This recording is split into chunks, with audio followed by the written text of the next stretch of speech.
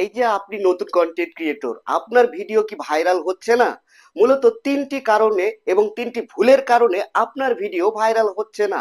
আসুন জেনে নেওয়া যাক কি সেই তিনটি কারণ যে কারণে আপনার ভিডিও ভাইরাল হচ্ছে না। এক নাম্বার ভুল যেটি হচ্ছে ট্রেন্ড দেখে ভিডিও বানানো। অর্থাৎ আজকাল অনেক কন্টেন্ট ক্রিয়েটর ট্রেন্ডিং টপিক নিয়ে ভিডিও বানায়। এতে করে হয় কি, ফেসবুক অ্যালগোরিদম এটাকে স্প্যাম হিসেবে ধরে নেয়। কারণ একটা বিষয় বা একটা সিস্টেম আরেকটা সিস্টেমের সঙ্গে যখনই মিলে যায়, তখন কিন্তু একটা কন্টেন্ট আরেকটা কন্টেন্টের সাথে কনফ্লিক্ট শুরু হয়। এ কারণে ফেসবুক অ্যালগোরিদম সেটাকে একটু স্প্যাম হিসেবেই ধরে।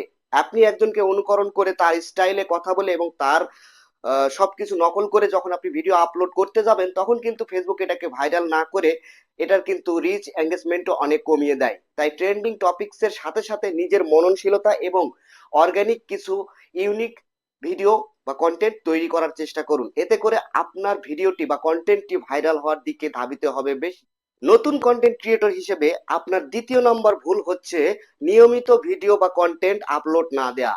আপনি যদি এই ফেসবুক প্ল্যাটফর্মে নিজের কন্টেন্ট ভাইরাল করতে চান, তাহলে অবশ্যই প্রতিদিন নিয়ম মাফিক আপনাকে ভিডিও পোস্ট করতে হবে, কন্টেন্ট পোস্ট করতে হবে। তা না হলে ফেসবুক অ্যালগোরিদম কিন্তু আপনাকে একজন কন্টেন্ট ক্রিয়েটর হিসেবে মনে রাখে না, ভুলে যায়। সেক্ষেত্রে অবশ্যই আপনাকে প্রতিনিয়ত টাইম টু টাইম আপনার কন্টেন্ট আপলোড করতেই হবে, এর কোনো বিকল্প নাই।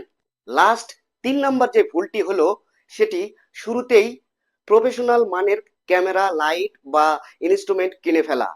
কিন্তু আপনি খুব সহজেই আপনার হাতে থাকা স্মার্টফোন দিয়েই আপনার কন্টেন্ট গুলো তৈরি করতে পারেন। এবং অনেক অনেক প্লে স্টোরে ভিডিও এডিটিং অ্যাপস রয়েছে, যেগুলো ফ্রিতেই ভিডিও কিন্তু এডিট করা যায়। সেইগুলো দিয়ে কিন্তু আপনি খুব সহজেই দুর্দান্ত লেভেলের ভিডিও এডিটিং করে আপনার কন্টেন্ট তৈরি করতে পারেন।